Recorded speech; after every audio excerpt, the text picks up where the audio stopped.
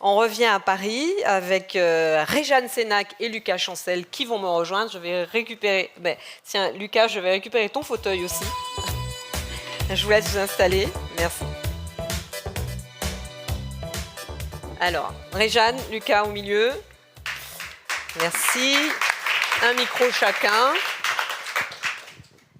Réjeanne, directrice de recherche au CNRS, directrice du département de sciences politiques du Centre de recherche politique de Sciences Po. Directrice du département de sciences politiques de Sciences Po. Lucas, professeur associé de Sciences Po. Et co-directeur du World Inequality Lab de la Paris School of Economics, en bon français. C'est bon, jusqu'ici. Alors, je vais commencer avec toi, Lucas. Enfin, avec vous, avec toi. Pardon, on se connaît un peu tous, on se tutoie. Si ça ne vous ennuie pas trop. Et ce super livre. Alors, non, c'est sûr que c'est pas un roman de gare, hein, c'est du sérieux. 400 pages sur le thème de l'énergie, la mainmise que peuvent avoir les États ou le secteur privé sur les énergies, qu'elles soient énergies fossiles ou énergies renouvelables d'aujourd'hui et de demain. Et tu en fais une histoire politique parce qu'effectivement, on va voir ensemble que c'est vraiment un sujet politique. Tu mets en relief dans ce très bon livre les enjeux actuels et futurs de la propriété de la ressource énergétique. Selon qu'elle soit publique ou privée, les résultats sont très différents. Je vais vous donner lecture d'un petit passage qui va vous poser le sujet immédiatement. J'ai marqué page... Il y a beaucoup de commentaires sur les... Oui, oui. Ouais. Écoute, j'ai travaillé. Page 367, si je ne m'abuse, ça doit être ça, voilà. Donc, tu dis, si le secteur privé finance et possède l'ensemble de ses investissements, les investissements dans les énergies renouvelables, de la transition énergétique. Donc, sur cette période, entre maintenant et 2050, on obtient que la valeur du capital mondial détenu par le secteur privé pourrait passer de l'équivalent de 190% du PIB mondial aujourd'hui. Alors déjà, j'ai appris que le secteur privé détenait 190% du PIB mondial aujourd'hui. Et elle pourrait passer, cette valeur, à près de 250% du PIB en 2050. Inversement, si c'est le secteur public qui finance et possède l'ensemble de ces nouveaux investissements, la valeur du capital mondial détenu par ce secteur pourrait passer de l'équivalent de 80% aujourd'hui à 150% du PIB en 2050. Donc, voilà, il y a un enjeu réel de pouvoir sur les énergies du futur. Bon, là, il y a plein de chiffres, il est un peu tard, ça peut paraître compliqué, en réalité, c'est très simple. Et je voulais connecter la question que tu poses avec l'intervention précédente. Trump, là, il est en train de sombrer dans les sondages. C'est plutôt une bonne nouvelle. Il était à 16 points d'opinion favorable, d'écart avec l'opinion défavorable. Il était à 55% d'opinion favorable. Il y avait 40% d'opinion défavorable. Et puis le reste, c'est des gens qui ne savaient pas quoi répondre. Et ça s'est inversé. Et pourquoi ça s'est inversé? Pour les raisons dont on parlait précédemment, mais aussi très largement pour la question de ce que les Américains appellent affordability, le coût de la vie. Le coût de la vie, c'est ça qui a fait perdre Biden, c'est ça qui a fait gagner Trump, et c'est ça qui est en train de refaire perdre Trump. Et c'est ce qui a fait gagner Mamdani. Et précisément ce qui a fait gagner Mamdani, le coût des trucs essentiels, de la crèche, le coût du transport, le coût de la bouffe, le coût du logement, et il y a un autre coût qui est très très important pour ce dont on parle quand il s'agit de transition énergétique, c'est le coût de l'énergie. Et ce que j'essaie de montrer dans ce livre, c'est que le coût de l'énergie et le coût de la transition énergétique, en fait, il peut faire gagner ou perdre la transition. Donc, c'est-à-dire que si vous proposez à un pays une transition, en fait, le coût de l'énergie, des choses essentielles pour se déplacer, pour se chauffer, pour se nourrir, ça augmente, forcément, vous allez avoir des majorités qui sont contre la transition. Et potentiellement, vous allez avoir des gens comme Trump qui disent en fait, moi, j'ai une solution, c'est forêt. Et puis comme ça, voilà, tous les projets de panneaux solaires, tout ça, on va bien les écraser, il n'y en a pas besoin. Et puis vous allez avoir des coûts plus faibles. Et on voit, c'est un petit peu ça qui se passe en France aussi. une partie de l'électorat qui maintenant est séduit par des discours qui disent bon bah la voiture diesel en fait c'est moins cher que la voiture électrique donc c'est très bien. Et puis finalement les sources d'énergie fossile c'est pas mal parce que c'est pas cher. En France il y a une spécificité, c'est le nucléaire, mais on peut en parler plus tard. Mais donc le coût de la vie c'est essentiel et le coût de l'énergie c'est essentiel. Et ce que je montre c'est que ces coûts-là, combien on paye pour l'énergie, pour le panier de biens essentiels, ça dépend vraiment très largement de qui contrôle ces trucs, qui contrôle l'énergie.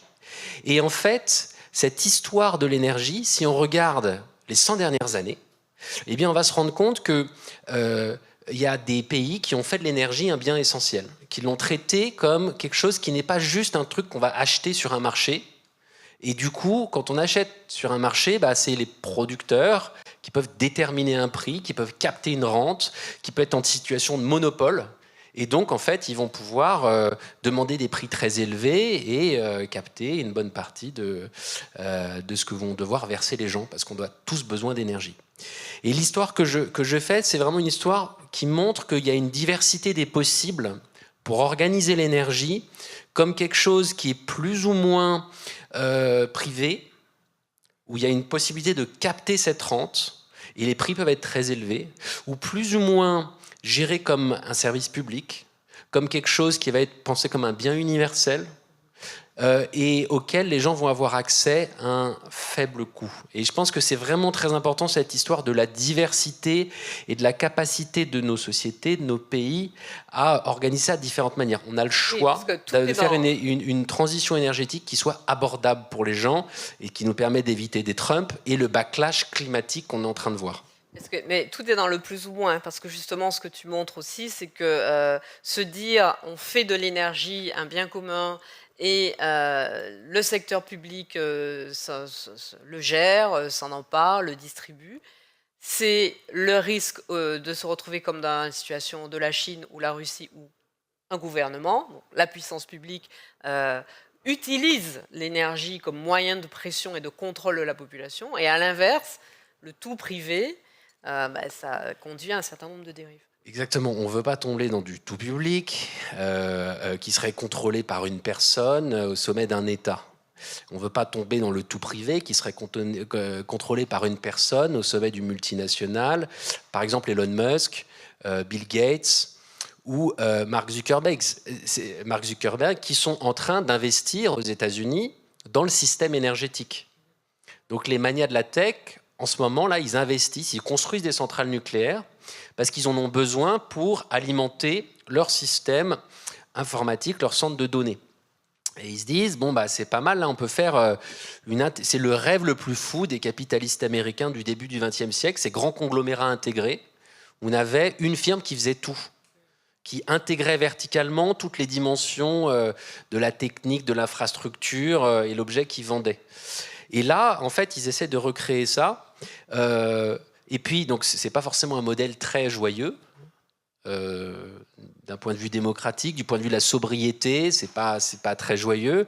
Un autre modèle, celui de la Chine, là, tu mentionnais, qui est pas très joyeux du point de vue de la démocratie. Et ce que je montre, c'est qu'en réalité, il y a plein d'autres modèles de panachage de ces formes de contrôle. Notamment en Suède, vous avez des communes qui ont repris contrôle sur l'énergie dans les années 70, justement pour avoir des prix bas pour les usagers. Ce sont les municipalités qui contrôlent la production de chaleur, parfois la production d'électricité. Et ça, c'est vraiment important parce que c'est une forme de social-démocratie locale qui marche bien, les usagers sont globalement satisfaits de ce type de modèle de contrôle et de propriété-là. Bon, la France, c'est plus nationalisé, mais il y a quelques villes qui ont gardé le contrôle de régie municipale d'énergie, d'électricité. Et voilà, tout ça c'est intéressant parce que ça pose la question fondamentale de qui contrôle quoi, au service de qui capte les rentes, qui va décider de quel prix on va mettre sur l'énergie. Et ça, c'est quand même souvent des questions qu'on se pose assez peu quand on parle de transition écologique et de transition énergétique, alors qu'elles sont absolument centrales. Et elles peuvent être centrales également pour les entreprises quand il s'agit de se poser la question de l'impact. Parce que ce qu'on a évoqué, tu n'étais pas encore arrivé, mais très rapidement, c'est le fait que lutter contre le réchauffement climatique, lutter pour les conditions d'habitabilité de la Terre, pour leur préservation, c'est une question sociale, c'est une question de lutte contre les inégalités. Et là, on parle de transition énergétique, donc il y a deux paramètres à prendre en compte. D'une part, ce que tu disais à l'instant, c'est-à-dire on ne peut pas tout confier à la puissance publique, ni tout confier au secteur privé pour les dérives qui pourraient en résulter, mais aussi quel choix est-ce qu'on fait le choix de la transition énergétique ou est-ce qu'on fait le choix de continuer à chercher des ressources fossiles? Moi, quand je parle à des entrepreneurs du monde, de l'écosystème de la transition, ce que j'entends, c'est qu'on a du mal à trouver des financeurs, des investisseurs. Et ils se comparent, les personnes avec qui je parle, dans le secteur de la mobilité ou dans le secteur de l'énergie, de la rénovation notamment, à des boîtes américaines qui en fait claquent des doigts et ont des investisseurs du venture capital qui arrivent et qui regardent très différemment la notion de prise de risque notamment. Et ils se comparent aussi au modèle chinois où voilà, c'est un autre modèle d'accès au financement. Et nous en Europe, on est un peu entre ces deux modèles-là. Et c'est très difficile de faire émerger des innovations un peu radicales et c'est très difficile d'accéder à des financements. Et je pense que, en fait, on a en Europe une riche histoire quand même d'intervention publique pour accompagner le secteur privé, pour accompagner dans certains cas en fixant des objectifs, en dégageant des masses monétaires beaucoup plus importantes qu'aujourd'hui, de subventions, de commandes publiques aussi, qui vont pouvoir orienter des secteurs. Et dans certains cas, ça s'est fait aussi, en fait, plutôt que de la subvention, c'est une petite prise de participation dans l'entreprise. Mais ça peut, dans certains cas, être mieux qu'un venture capitaliste américain qui vient prendre une petite participation et qui va peut-être être autrement plus demandeur que ne pourrait l'être une région ou une puissance publique qui peut aussi accompagner l'acteur privé. Et donc voilà, pour accélérer la transition, pour choisir une direction, je pense qu'il y a un rôle essentiel de la puissance publique. On l'a vu dans les années 50, 70, 80, quand les Européens, en fait, transformaient leur système énergétique par le passé. Ils l'ont fait en France avec le nucléaire, qu'on soit pour ou contre, c'est un choix politique qui a mis en marche plein d'acteurs de la société. Les Suédois ont fait pareil avec leur système de chaleur, ils sont sortis du pétrole pour se chauffer, c'est un choix politique. Et ensuite, ils mettent en marche un écosystème, il y a des acteurs publics, il y a des acteurs privés, mais donc il y a un choix politique qui est très clair, il y a beaucoup plus de volume de financement. Aujourd'hui, les Européens, en fait, ce qu'on fait, c'est qu'on a une épargne qui est investie aux États-Unis. Là, il y a un vrai sujet quand même de souveraineté et de capacité à mettre en marche cette transition. On a une spécificité, une spécificité quand même sur le continent européen par rapport au système américain ou au système chinois, c'est la présence de la démocratie participative, plus ou moins. Mais elle est là, elle est présente. En France, par exemple, la participation, le droit à la participation, c'est un droit constitutionnel. On a une commission nationale du débat public qui organise la participation citoyenne. Et c'est un peu la troisième voie que d'ailleurs tu évoques beaucoup dans le livre, c'est-à-dire pour éviter les dérives d'un système tout privé où le contrôle par l'État, le contrôle des populations et le contrôle de l'énergie, mettons de la démocratie participative à tous les étages. À tous les étages. Et là, les entreprises ont un rôle à jouer sur la question de la démocratie participative, la mobilisation citoyenne. Elles ont un rôle à jouer. Je pense qu'on peut mettre de la démocratie dans l'entreprise, évidemment, renforcer les organes démocratiques de représentation des travailleurs dans l'entreprise, ça me semble essentiel. Et puis, il faut un panage d'acteurs. Je pense aujourd'hui qu'on a un petit peu trop oublié le rôle d'acteurs publics, encore une fois, à différents niveaux, pour accompagner la production industrielle, pour accompagner le secteur économique, quand il s'agit de créer des nouveaux secteurs. Et l'État stratège, l'État entrepreneur, en fait, c'est quelque chose qui a bien marché par le passé. Et globalement, les sociétés qui ont fait ça, c'était justement des sociétés démocratiques. Et donc, c'est vrai qu'on allait un petit peu trop loin dans la concentration des pouvoirs au sein d'une certaine forme de secteur privé, qui est un secteur privé d'énormes entreprises et de concentration des pouvoirs au sein du secteur privé. Une question m'est venue en lisant ton livre, et notamment les longs passages et les longues comparaisons avec la situation en Chine. C'est ce que dit Laurent Soubiana. Et j'ajoute à ça les chiffres qu'on a eus ces derniers jours sur les investissements chinois dans les énergies renouvelables, etc. Laurent Soubiana, elle dit, mais on est en Europe face à une contradiction. on parle de relocaliser notre production, notamment d'énergie renouvelable, etc., de nous déprendre de la dépendance à l'égard de la Chine, notamment sur les métaux rares, etc. Mais la difficulté, c'est qu'on a pris tellement de retard qu'on est face à un choix. Soit on se met dans la main des Chinois et on accélère sur la transition énergétique et on atteint les objectifs que l'Europe s'est fixés en matière de trajectoire et de réduction de son empreinte carbone et d'atteinte du zéro carbone. Soit on décide de le faire en Europe avec des champions européens, un Airbus de l'énergie, le même système. Mais à ce moment-là, on va faire des choses. On sera indépendant des Chinois, mais on sera très en retard. Et on ne pourra pas respecter notre trajectoire. Comment on fait le choix entre ces deux? Comment on arbitre? En fait, il ne faut pas raisonner à 3 ans. Là, mais pourquoi les Chinois aujourd'hui ils sont leaders dans à peu près tous les secteurs de la transition énergétique? Parce que depuis les années 80, ils ont des plans avec des objectifs, avec des financements. Et là, c'est important de se rendre compte que le cocktail utilisé en Chine, c'est pas un cocktail qui nécessite le régime autoritaire chinois actuel. En fait, c'est un cocktail qui est directement inspiré de ce que les Européens faisaient il y a quelques décennies en réalité. Et donc, ils ont raisonné sur 40 ans, et nous, il faut raisonner sur 40 ans. C'est-à-dire que sur 40 ans, sur 30 ans, on peut reprendre le lead sur la plupart de ces secteurs. Et donc, sur 2 ans, oui, c'est compliqué. Mais la transition, en fait, par ailleurs, on sait bien qu'en 2050, la plupart des analystes estiment que voilà, les objectifs climatiques qu'on a jusqu'à présent, 1,5 degré, de toute façon, on y est déjà. Donc en fait, il faut raisonner sur 20, 30, 40 ans. Et là, en fait, ce sont des horizons raisonnables pour recréer des champions européens, nationaux, municipaux, de la batterie électrique, du chauffage bas carbone, de la mobilité partagée. Il y a moi je vois énormément d'entrepreneurs qui ont des idées ultra innovantes en Europe que personne n'a, ni aux États-Unis, ni en Chine. Mais on n'a pas de plan. On n'a pas d'objectifs concrets au-delà de nos objectifs climatiques. Bon, je schématise un petit peu, mais par rapport à ce qui se fait dans le reste du monde, notamment en Chine, on est vraiment très très en retard de cette idée générale de planification de la transition. Alors, difficile de parler de ces sujets-là sans parler d'impôts. Je ne sais pas si vous avez aimé la taxe Zuckman, parce que Lucas, il bosse avec Gabriel Zuckman, ils produisent des idées, des préconisations tous les deux. Et de l'impôt, il en est question dans ce livre. Tu parles par exemple d'un impôt européen, de 2% sur les patrimoines supérieurs à 10 millions d'euros, donc Zuckman, c'était 100 millions, je crois, pourrait rapporter de l'ordre de 0,8% du PIB de la zone euro, pas que de la France, chaque année, tandis qu'un impôt minimum de 25% sur les bénéfices des multinationales pourrait rapporter un autre point de PIB. Il faut impérativement aller dans cette direction? Non, mais globalement, il n'y a pas assez d'argent qui est fléché vers la transition. C'est ça le problème, c'est un problème de volume, c'est un problème de masse.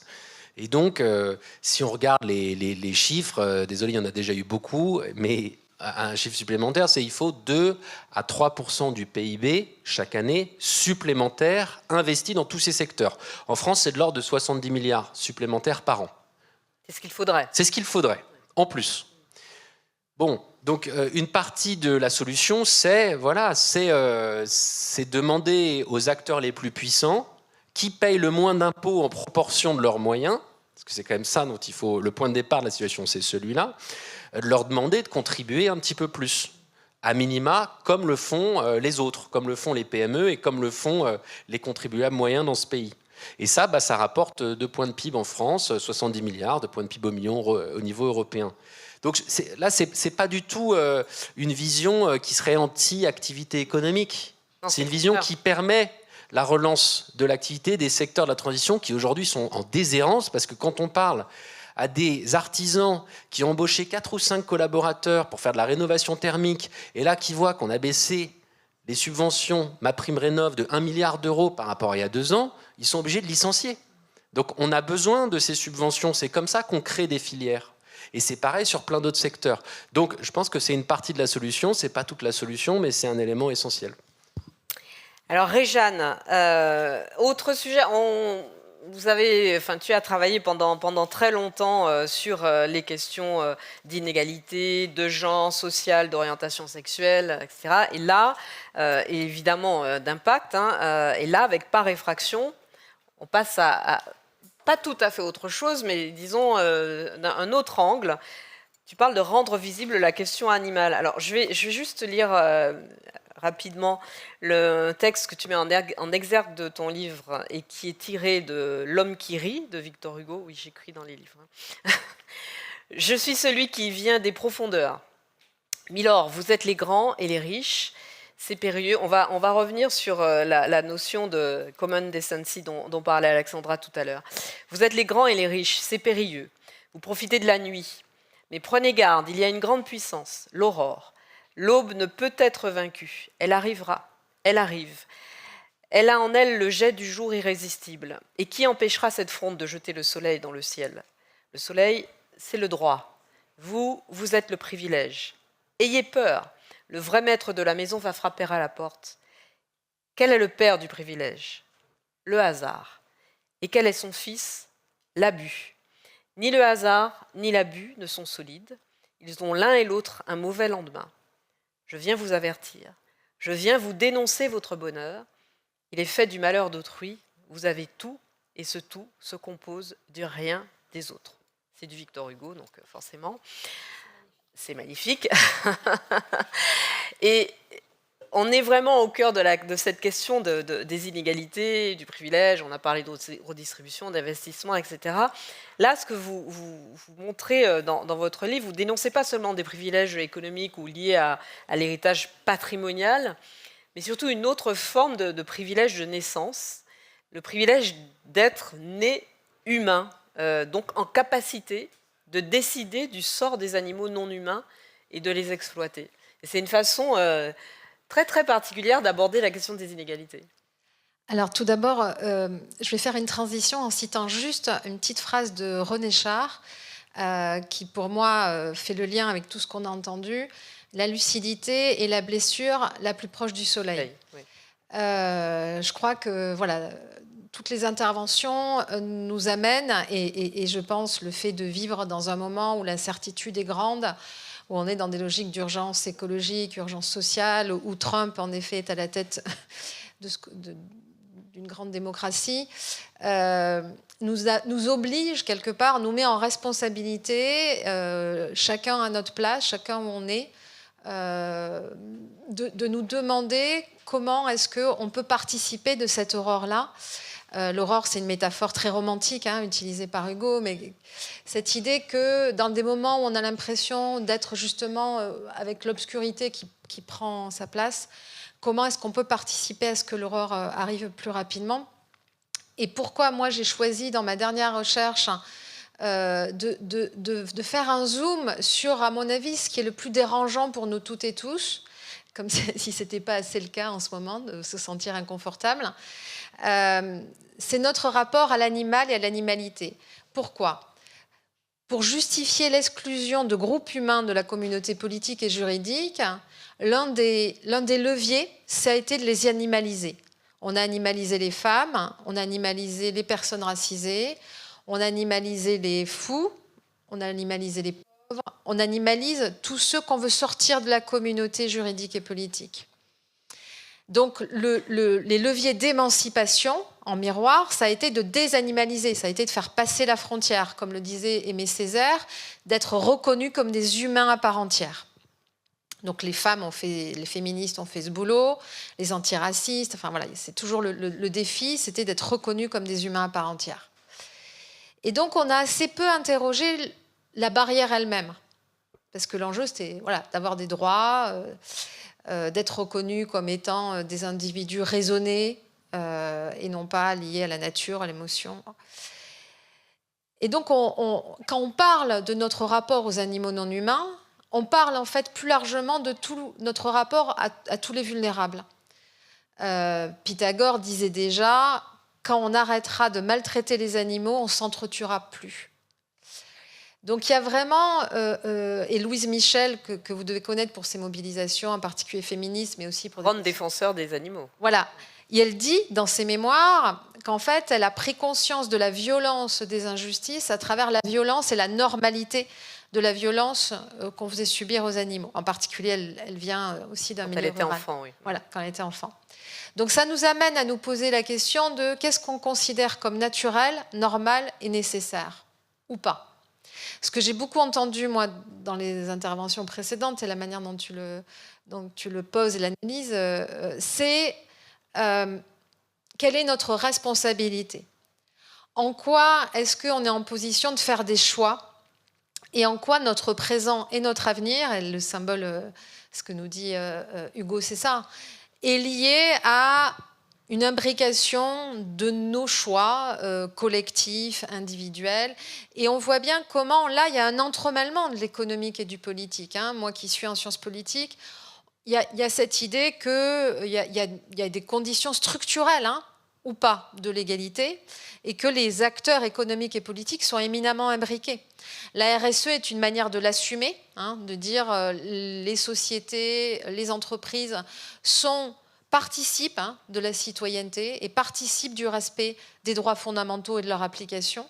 Et l'attachement à la démocratie libérale, aux droits fondamentaux, qui sont des acquis, qui ont été des batailles pour intégrer justement les femmes, les personnes racisées, les personnes, quelle que soit leur orientation sexuelle, dans les droits fondamentaux. Et les entreprises se sont positionnées comme ne subissant pas la démocratie libérale, mais y participant. Et là, même dans votre échange, ce qui est intéressant, c'est de voir comment, quelque part, les entreprises deviennent des garantes de l'application des droits fondamentaux quand le politique est aux mains de personnes comme Trump. Particulier. Voilà, d'intérêt particulier. Donc ça, je trouve qu'il y a vraiment là, aujourd'hui, un moment qui est un moment de responsabilité face à l'histoire. Je retravaillais un peu Weber, parce que Max Weber est souvent instrumentalisé pour dire, quand on est scientifique, alors éthique de conviction, éthique de responsabilité, neutralité axiologique. Et moi, on me demande beaucoup, puisque je suis chercheuse, mais enfin, quand même, vous êtes une chercheuse qui prenait parti, Et Max Weber, il est souvent mal interprété. Max Weber, il a fait partie, c'est lui qui a co-créé le Parti démocrate, il a été dans le comité de rédaction de la Constitution, donc de Weimar. Donc il disait absolument pas qu'il fallait se laver les mains de la responsabilité historique. Au contraire, il disait que les scientifiques devaient avoir un rôle en tant que scientifiques, donc devaient objectiver les enjeux, avoir une rigueur scientifique. On est d'accord ? Mais dans le même moment, il disait qu'on devait assumer la réalité. Et assumer la réalité, ça veut dire qu'on est inscrit dans un contexte historique. Et tout ce qu'on entend là depuis le début de la soirée, et moi vraiment, je trouve que c'est percutant et essentiel, c'est on est chacun à notre place à un moment précis de l'histoire. Et comment est-ce qu'on peut s'emparer de cette réalité et être responsable? Et moi, le fait de l'aborder par la question animale, c'est que c'est un peu notre angle mort. Et pourtant, en termes de répercussions écologiques, l'élevage est aussi élevé que l'industrie. On n'en parle jamais. Je suis intervenue, par exemple, avec des Shift Project, et quand on leur dit ça, ils disent bah, oui. Donc il y a une dimension écologique, il y a une dimension de santé, mais il y a aussi une dimension éthique. Notre vie est faite de la mort des autres, pour reprendre Hugo. Alors qu'on peut faire autrement. Et aujourd'hui, on ne peut plus ne pas savoir. Moi, j'ai suivi des activistes, j'ai fait des observations de rue, je suis allée devant un abattoir, nuit debout devant les abattoirs, avec une contre-manif de la FNSEA, j'ai fini à prendre des œufs sur la tête. Ça arrive à des gens... Oui, vous aussi. Très bien, toi ou aussi. pas. De la FNSEA qui faisait la contre-manif sur les antispécistes. Bon, on voit qu'il y a des enjeux forts économiques de l'agroalimentaire, mais il y a aussi des positionnements... à avoir en termes de conditions de possibilité. Et comment est-ce que les acteurs politiques, les acteurs économiques permettent d'avoir le choix? On voit par exemple qu'il y a tout un développement du côté des entreprises spécialisées ou pas pour développer de l'offre végétale, des protéines végétales. Et auprès des acteurs politiques pour développer dans les cantines un choix végétarien. Donc on voit bien là que l'intime et le politique se nichent. Et dans notre rapport aux animaux, très clairement, la moitié des foyers en France ont des animaux dits domestiques. On consomme énormément de viande. Alors tout le monde a l'impression de diminuer sa consommation de viande. Si je pose la question, tout le monde va me dire qu'il diminue sa consommation de viande. C'est pas vrai. Enfin, en tout cas, en moyenne nationale, c'est pas vrai. On est en termes de kilo carcasse, ça bouge pas. Vous savez, c'est pas poétique. Hein, kilo carcasse, je suis d'accord. En fait, par contre, on mange d'autres types d'animaux. C'est plus des poulets, des poissons ou de la viande transformée. Et en termes de répercussions écologiques, c'est une catastrophe. Donc, à travers cet angle mort-là, on aborde énormément de sujets, et des sujets qui nous mettent à l'épreuve au plus haut point, puisque c'est la seule domination où nous sommes tous des privilégiés et où nous sommes tous en position de ne pas être des premiers concernés, mais d'être que des alliés. Et donc ça nous amène à nous poser des questions sur toutes les autres luttes et tous les autres rapports aux injustices. On a pris beaucoup de retard, donc malheureusement, je ne pourrais pas te poser toutes les questions que j'avais prévues, mais tu y as répondu à plusieurs déjà avec cette intervention. Je vais peut-être juste vous faire conclure sur une phrase que j'avais tirée de ton livre et sur laquelle je voulais conclure ce débat entre vous deux. Tu écris la leçon qu'ils m'ont transmise, hein, toutes ces personnes que tu as rencontrées pour ce magnifique livre hein, sur l'antispécisme, la différence entre véganisme, animalisme, ce que tu montres sur le fait que ce n'est pas qu'un choix personnel, c'est un choix systémique et c'est un choix même politique d'aller en tant qu'individu et en tant que société vers une société où les animaux non humains n'asservissent plus. Parce que nous sommes des animaux, vous êtes au courant. Voilà, que les animaux humains, n'asservissent plus les animaux non humains. Et tu dis à un moment, la leçon qu'ils m'ont transmise est que la douceur du partage est une force primordiale et qu'elle n'a besoin ni de confort ni d'aisance pour exister et faire vivre. Et je trouvais que c'était une belle façon de conclure tous ces échanges dont je savais qu'on allait parler de choses assez violentes et parfois désagréables. Et on peut aller vers la douceur du partage et trouver terrain commun. Juste peut-être là-dessus, je trouve que c'est très important de se dire, dans des moments comme ça d'incertitude, où on a l'impression que nos fondements un peu sont mis en danger, hein, les droits fondamentaux auxquels on croit et qui donnent du sens à nos vies individuellement et politiquement. Je pense que c'est important de se dire qu'il y a à la fois l'idée que tous ceux qui sont mobilisés contre les injustices sont à la fois dans un mouvement où ils dénoncent les injustices, et c'est souvent ce qu'on leur reproche d'être uniquement dans le contre, hein, contre les violences, contre la pauvreté, contre les inégalités, mais qui sont toujours dans le pour aussi. Et ils annoncent toujours autre chose, et c'est pour ça que la citation d'Hugo, elle fait ça, elle dénonce, mais elle annonce. Et moi, j'ai trouvé qu'ils ont une énergie énorme et qu'il y a beaucoup de... Quand on travaille en entreprise, je pense qu'on parle beaucoup aussi d'horizon, d'imaginaire, d'inventer une nouvelle réalité qui soit plus juste, plus belle, qui rende heureux. Et ça, je trouve que c'est intéressant aussi de se dire que l'objectif, il est quand même au final qu'on soit toutes et tous plus heureux. Hein, et on a tendance des fois à l'oublier et à savoir quelle est la communauté de ceux qu'on veut rendre heureux ou qu'ils soient heureux. Et en politique, on voit bien que la communauté, au départ, elle était assez petite. Hein, l'égalité de droit, elle était quand même assez resserrée. Et puis, on a augmenté la communauté. Et là, je trouve que c'est toujours ce double mouvement qu'il faut comprendre. Et l'un ne va pas sans l'autre, puisqu'il faut à la fois être en résistance, en dénonciation pour porter autre chose. Et c'est là où la douceur, elle doit être un horizon. Ça peut paraître paradoxal quand, moi, j'ai passé mon temps à accompagner des personnes qui montrent des images horribles d'abattoirs, d'élevage intensif, qui sont dans la dénonciation des violences, mais quand on travaille sur les questions d'égalité femmes-hommes aussi, il y a de la violence qu'on donne à voir. Et paradoxalement, souvent, ce sont ceux qui montrent ces violences-là qui sont accusés d'être violents. Alors qu'en réalité, l'enjeu, il est de porter moins de violence et de porter une société où il y aura les conditions de possibilité d'être chacun et chacune en douceur, en partage positif. Donc, je trouve que et je te remercie d'aborder ce point-là, parce qu'il ne faut pas oublier que l'horizon, c'est celui-là, mais que pour ça, il faut être lucide. Et donc, on me dit souvent, vous n'êtes pas optimiste. Ah ben non, heureusement que je ne suis pas optimiste. Parce que si on a un cancer et qu'on trouve que c'est vachement plus fun de se dire qu'on a un rhume, on est sûr de ne pas être guéri un jour. Donc, il faut voir en face la complexité des enjeux, la complexité des problèmes pour avoir vraiment une chance de tendre vers quelque chose de plus beau et de plus doux ensemble. Et j'avais fait une enquête avant où j'ai interviewé des féministes antiracistes, écologistes, antispécistes et lutte contre la pauvreté. Il y a cette idée d'une synergie des luttes. Et je citerai peut-être pour finir Lila Watson, une aborigène d'Australie, qui disait, sur l'idée de convergence des luttes, de se mettre ensemble, puisque là, on parle beaucoup aussi de synergie entre types d'acteurs, hein, et du monde économique, du monde politique, des associations, voire des universitaires. Et elle disait, si tu es venu pour m'aider, passe ton chemin. Si tu es venu parce que tu considères que mon émancipation est liée à la tienne, alors cheminons ensemble. Et je trouve que ça, c'est très beau. C'est-à-dire que sur cet horizon de vivre une vie plus cohérente, plus douce, plus belle, je pense qu'il y a vraiment une synergie des énergies, des compétences à travailler ensemble, et qui n'est pas le fait de parler à la place d'eux, mais chacun ensemble, si l'horizon est commun, avoir vraiment un travail en synergie et d'avoir écouté Alexandra Pals, d'avoir vu... moi qui me maquille pas trop, je vais aller à Sephora.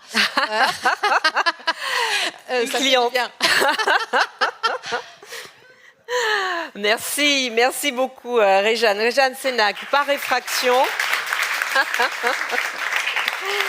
Et Lucas Chancel, énergie et inégalité, une histoire politique. La politique est à chaque coin de rue, à chaque page. La politique, c'est pas que la politique politicienne, c'est aussi les choix personnels et l'alignement. Il nous faut être des désenchantés silencieux. Tu citais René Char tout à l'heure, qui parlait des désenchantés silencieux, ceux qui signalent la fin, mais aussi le premier rayon. Donc c'est cela qu'il faut suivre. Merci beaucoup à tous les deux. Je vous laisse rejoindre la salle.